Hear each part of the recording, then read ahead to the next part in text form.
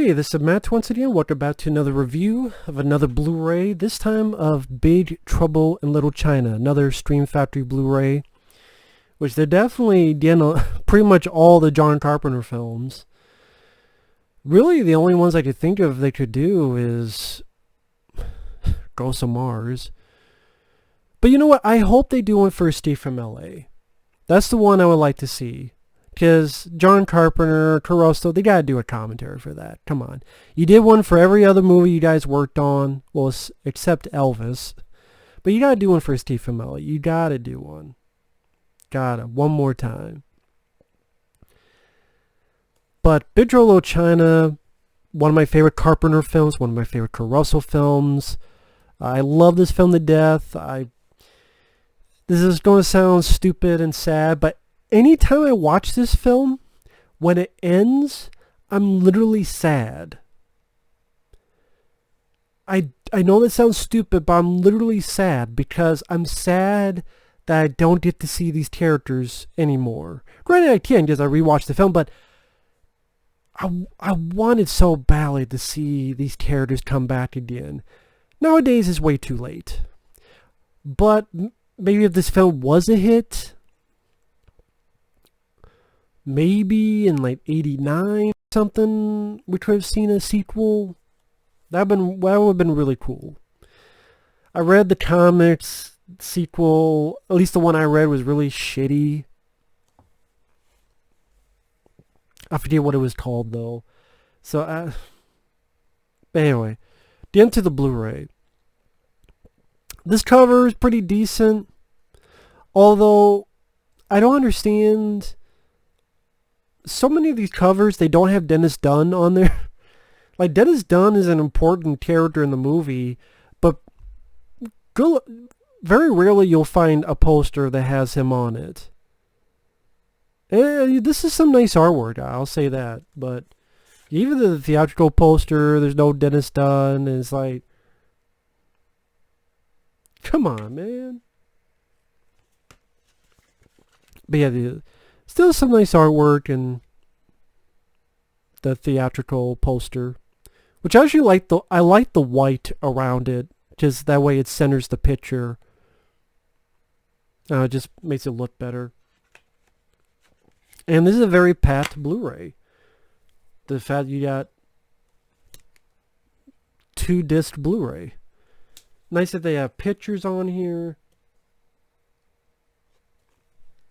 More nice artwork. I thought the film looked good, sounded good. I mean, I think it's the same picture as the previous Blu-ray, I believe. Could be wrong on that, because I don't think they remastered it or anything. But I mean, the pictures still look good back then, so they didn't screw it up, they didn't mess it up, so I'm still fine with that. It still sounds great. Didn't notice any errors. And really, I got this for the special features, which are definitely worth it. Disc 1, they bring back the older commentary with John Carpenter and Caruso, which is fantastic commentary. They bring back the trailers, the TV spots. You also have the music video, gag reel, the deleted scenes that were on that 2-disc DVD from back in the day. They said TV spots, still gallery, photos. But you also have 2 new commentaries. One with Larry Franco, the producer, which I didn't care for the commentary only because, really, if you watch the interview with Larry Franco, that's pretty much all the info you get out of the guy. I mean, it wasn't bad or anything. He's proud of the film. It's just, I don't know, I listened to it, but I can't really tell you anything about the commentaries. The other commentary with the special effects artist Steve Johnson, granted, you might not always agree with what the guy says, but Steve Johnson was still fun to listen to, very entertaining commentary. lot of fun stories that I kind of don't want to give away. Again, you might not always agree with his opinion, but that's not against the law or anything. And he's, again, still a pretty funny, entertaining guy to listen to. I don't want to give anything away to ruin it.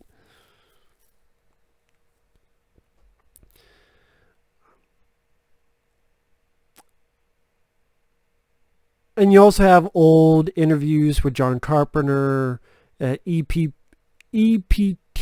Electronic Press Kit, which is when people did interviews way, way back in the day to advertise for the film. And then you have Disc 2, which is where most of the features are. And again, it's pretty pat. I also thought it was cool they were able to get the Arrow video features. So if you're like, man, I didn't get the Arrow video, which has interviews with John Carpenter, Caruso, they're all on here. It's the same interviews. I noticed I have the Arrow video Blu-ray, and these are the same interviews. So if you did not get the Arrow video, don't worry, you can just get this. Just like I said, you do have the interview with John Carpenter, you do have the interview with Caruso, the interview with Dean Cundy, the DP, Jeff Amata, Stuntman, Larry Franco, the producer. But the new interviews, Dennis Dunn, which is great to hear from him. Just like, where did he disappear to? It's 14 minutes long. Granted, I wish the interview was longer. But he does talk about how he got into acting, how one of his first big jobs was the Michael Cimino film, Year of the Dragon. He talks about John Carpenter telling him, yeah, you're the hero in this movie. When he got the part, it was between that and a TV movie. And he chose this, to me, the right choice. And he seems, proud of the film. He has some nice words to say about James Hahn. I do wish the interview was longer, because I would love to have heard him talk about working with Carpenter on Prince of Darkness. Because these others, they'll talk about stuff they worked on before. So it's not outside the norm. And it's like, well, he wasn't interviewed for Prince of Darkness. Nice to hear his thoughts on that, or hear some thoughts about him working with Caruso. I just seemed a bit too short. I would have liked a longer interview, but still nice to hear from him, nice to see him. Looks almost the same as he did back then. And nice to hear from him, because he disappeared. That's another thing I would like to have heard. Where did you disappear to? Where have you been for the last 20, 30 years? What have you been doing? Sadly, nothing. But still, it was nice to hear from him, so that was a big plus. 20-some minute interview with James Hahn, who seems proud of the film. He talks about working in the makeup at Steve Johnson, getting the part, some scenes like the floating scene when he's on a dolly, or the scene when he's near the end where he's on the escalator going down, certain sequences he talks about. He also talks about being a child growing up in Minnesota, which I never knew. Again, I like James Hahn. Nice to hear from him. Interview with Donald Lee, who one of the allies for our group of heroes. And he talks about, again, getting the role, getting the acting, only getting Thug number 1 and Mr. whatever number 2. How this was a substantial part, and kind of the role that was closest to how he is in real life. A friendly, easygoing guy. He liked to work with Caruso and John Carpenter.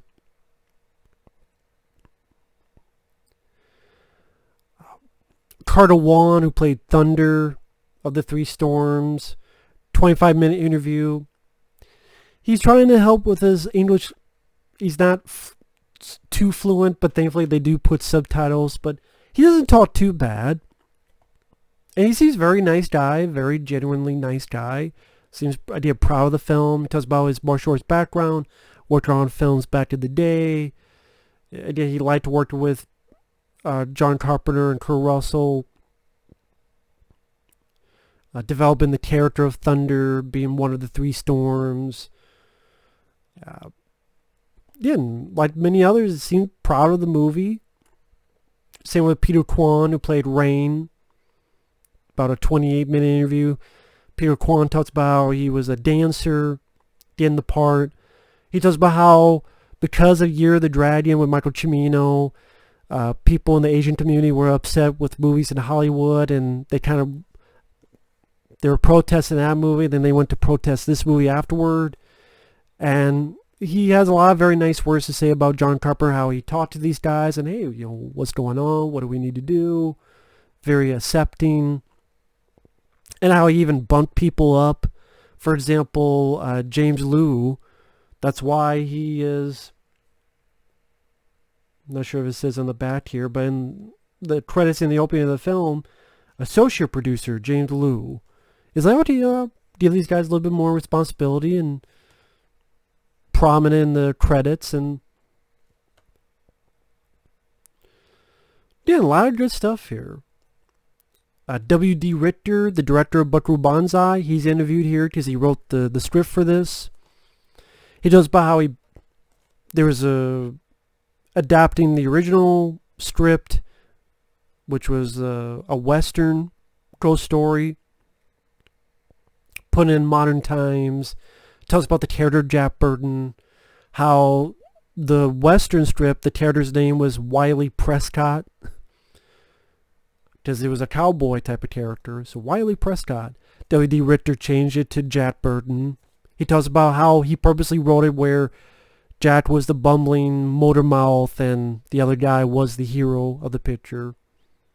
He worked well with John Carpenter.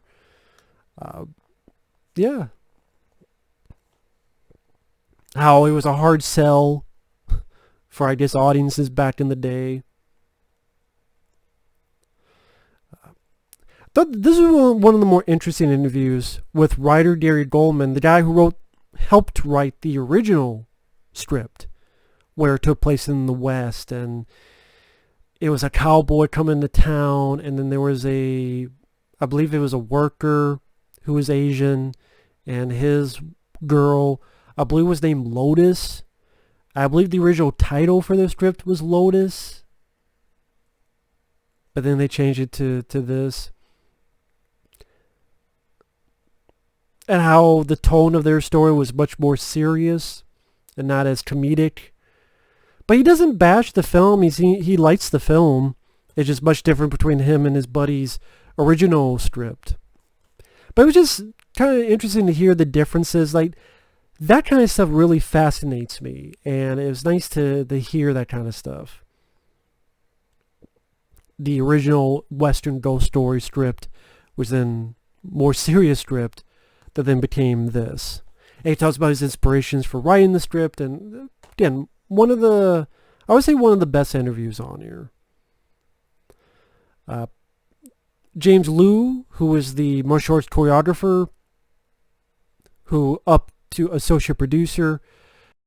James Liu, I could be wrong, but I believe he was a guy who had the scene in Time Cop with Van Damme, where they had the knife fight. I believe that's James Liu. And again, tells about his background. And he was a fun interview, very energetic. How this was his first big job in a Hollywood movie. Learning about how to do storyboards. How he would storyboard something very violent for John. And Carpenter's like, no. It's a PG-13. Or how he came up with the salute. How he came up with certain sequences. Like, he's the one who came up with the idea of Dennis Dunn doing when he goes up and on the roof of that arch and then stabs the guy, and then he keeps going. How he's inspired by the Fred Astaire on the ceiling bit back in the day in that movie. Yeah, really good interview. I guess apparently he went on and actually won an Emmy. I forget what TV show it was. God, I sincerely forgot what TV show it was, but it was cool. He got some recognition for that. Interviews with two of the members of the Coupe de Villes, those two and John Carpenter sang the title song at the end credits and did that fun music video. One of them, Nick Castle, the other, Tom Lee Wallace, they're both interviewed. And granted, you didn't really need them interviewed because pretty much, hey, the three of us were like to play music for shits and giggles. John thought, hey, why not do a song? We did a song, did a music video. Kind of was uncomfortable because we just wanted to be ourselves, and the music director's like, no, do this, do that, but they had fun doing it. But it just, you're not going to get a lot of info from it, but okay, still nice to hear from them. Nick Castle and Tom Lee Wallace, but I don't know if it was vital to hear about it, but I mean, still, the more the merrier with interviews. This one was a bit interesting with Drew Struzan, who did the poster. Because Drew Struzan did a lot of classic posters back in the day for Star Wars, Raiders of the Lost Ark, many others. And I don't think there's been another Blu-ray that's interviewed him. So it was cool to hear from him, and he's a big fan of this movie. Tells a very sad story about his upbringing, which I'm not going to get into, but he's like, man, pretty sad, rough upbringing.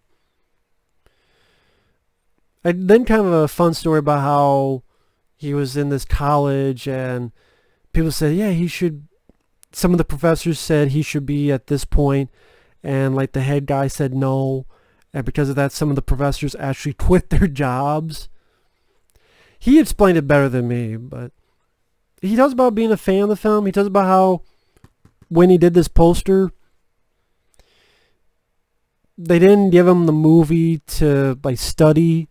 So he said like the body was his, and then he painted the face,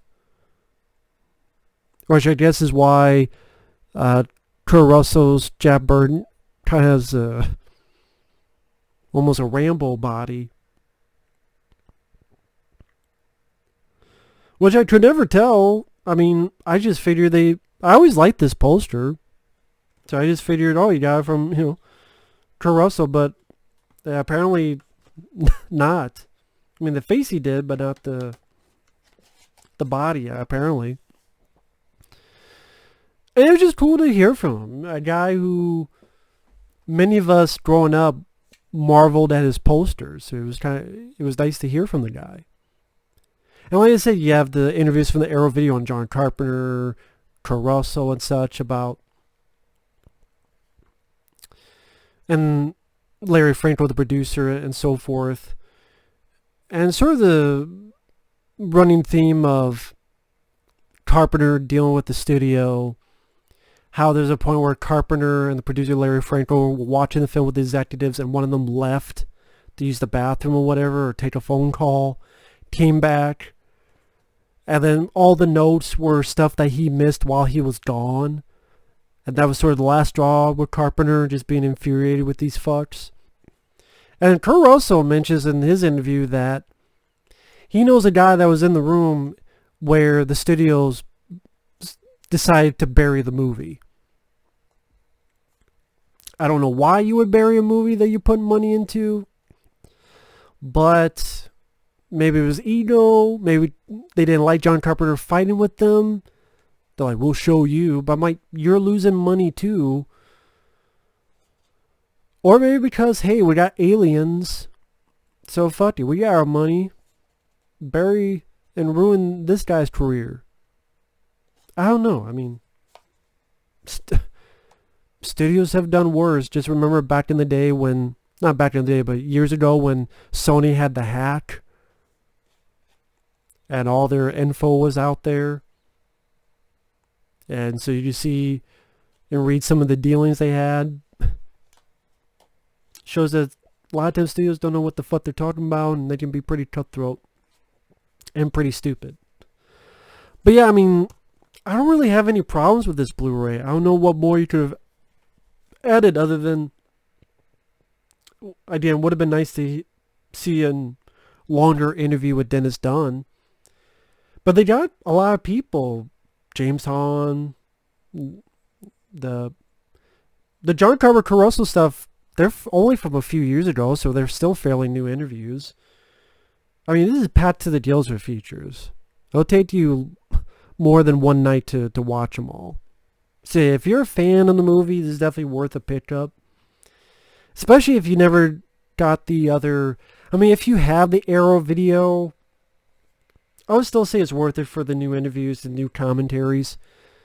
If you're just wanting for a brand new picture quality, you're not going to get it.